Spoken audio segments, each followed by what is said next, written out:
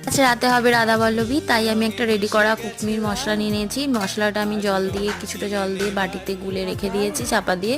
তারপর আমি একটা পাত্রে নিয়ে নিলাম 2 কাপ ময়দা, লবণ দিয়ে একটু রিফাইন তেল দিয়ে ভালো করে মেখে নিয়ে তারপর জল দিয়ে ভালো করে নিলাম। তারপর আমি একটা চাপা দিয়ে কিছুক্ষণ জন্য রেখে দিলাম। তারপর একটা কড়াতে রিফাইন তেল দিয়ে মশলাটা ভালো করে এদিক ওদিক করে নেড়ে ছেড়ে নিলাম। তারপর আমি এখানে রসগোল্লা করেছি, তো আমাদের এখানে রসগোল্লা ময়দার পাওয়া যায়, তাই আমি এখানে ছানার রসগোল্লা করেছি বাড়িতে। আমি এখানে পুর ভরে নিলাম, এখানে বেলে নিলাম। বেলে নেওয়ার পর কড়াতে চাপিয়ে দিয়েছি, তেল দিয়ে দিয়েছি গরম করার জন্য, করে সব বেলে নেব। তারপরে এখানে গরম হতে একটা করে তুলে দিলাম, নিয়ে সেটা এবার নামিয়ে দিলাম। তো আমার রেডি।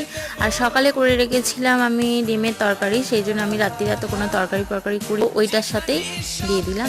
তো রসগোল্লা কেমন লাগলো আমার এই বন্ধুরা, কেমন লাগলো আজকের রেসিপিটা, প্লিজ তোমরা ভালো লাগলে একটা লাইক করে দিও, আর সকলের কাছে শেয়ার করে দিও, আর সাবস্ক্রাইব করে দিও চ্যানেলটিকে।